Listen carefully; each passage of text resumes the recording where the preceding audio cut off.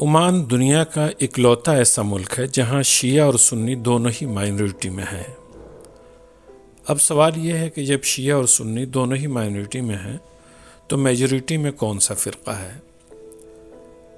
کیونکہ آپ نے سنا ہوگا کہ دنیا بھر کے مسلمان شیعہ اور سنی نام کے دو فرقوں میں بٹے ہوئے ہیں۔ اب سوال یہ ہے کہ تیسرا فرقہ کون سا ہے؟ اس سوال کے جواب سے پہلے عمان کے بارے میں کچھ ضروری باتیں جان لیں۔ خلیجی ملک سلطنت عمان ایک عرب ملک ہے جو عربین سی کے ایسٹ میں واقع ہے۔ یہ سعودی عرب کے ایسٹ اور ساؤتھ ایسٹ علاقے میں ہے۔ یونائٹڈ عرب امارات اس کے اتر میں ہے۔ اس کی راجدھانی مسقط ہے جو ایک ماڈرن قسم کا شاندار شہر ہے۔ عمان کی کل زمین کا 5 لاکھ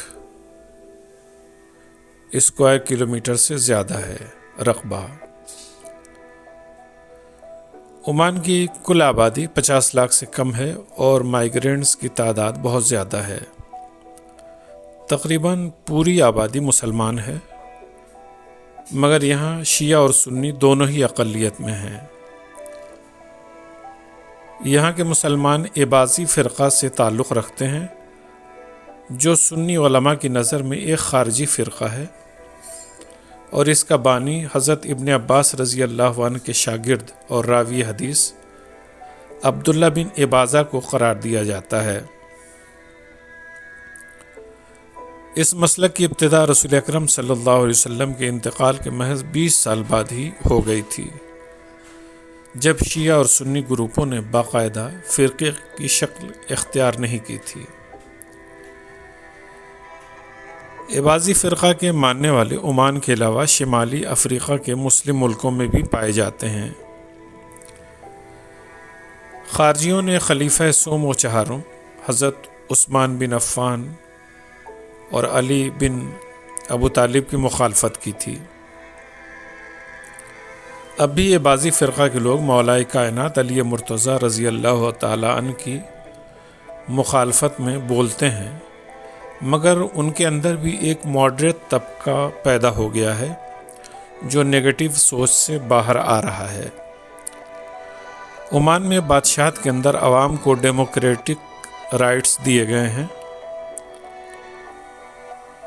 عمان کے امریکہ، برطانیہ اور مغربی ملکوں کے ساتھ بہت ہی گہرے سفارتی تعلقات ہیں۔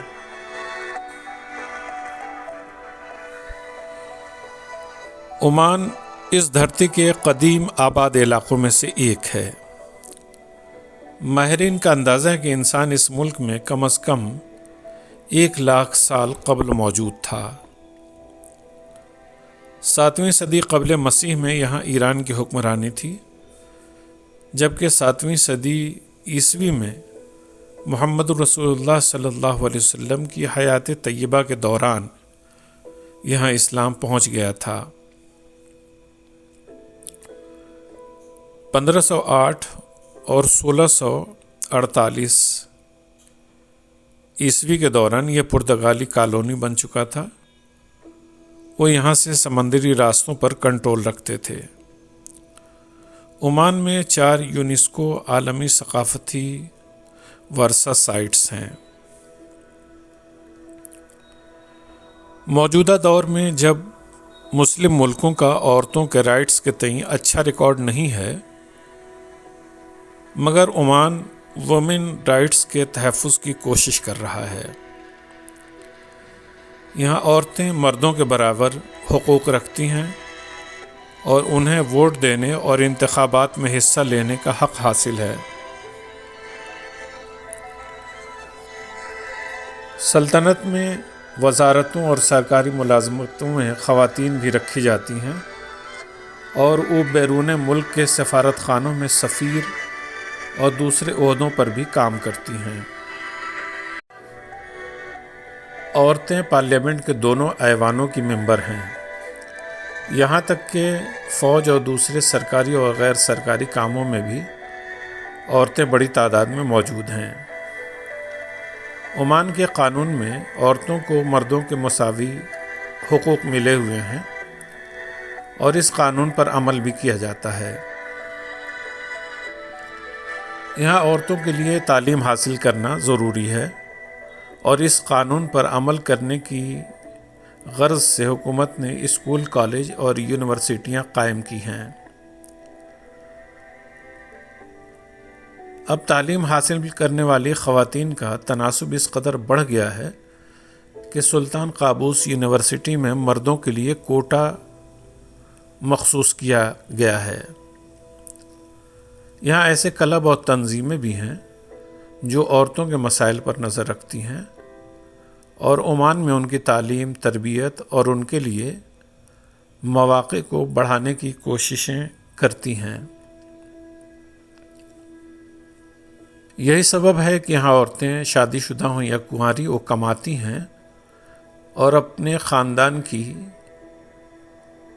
اقتصادی ضرورت کی تکمیل کرتی ہیں۔ یہاں کی اکنامی میں عورتوں کا خاص حصہ ہے۔ یہاں کی مسجدوں میں عورتوں کے لیے بھی کمرے بنائے جاتے ہیں۔ یہاں کی عورتیں ایسی ٹیچرز سے مذہب اور قرآن کی تعلیم حاصل کرتی ہیں جنہیں دینی علوم میں مہارت حاصل ہے۔ ملک کا قانون عورتوں کو ایسا لباس پہننے کا حکم دیتا ہے جو ان کے جسم کو اچھی طرح ڈھک سکے اور بدن سے چپکا ہوا نہ ہو، مگر چہرہ چھپانے کو نہیں کہا گیا ہے۔ عورتوں کو غیر محرم کے ساتھ تنہائی میں رہنے کی اجازت نہیں ہے، حالانکہ یہاں بازاروں میں عورتوں کو کم ہی دیکھا جاتا ہے۔ عمان کی اکنامی کی بنیاد تیل کی دولت ہے، مگر اس کے علاوہ ٹورزم اور ماہی گیری بھی اس کی گھریلو پیداوار کا حصہ ہیں۔ عمان دنیا کے ان ملکوں میں شامل ہے جو تیزی کے ساتھ ترقی کی منزلیں طے کر رہے ہیں۔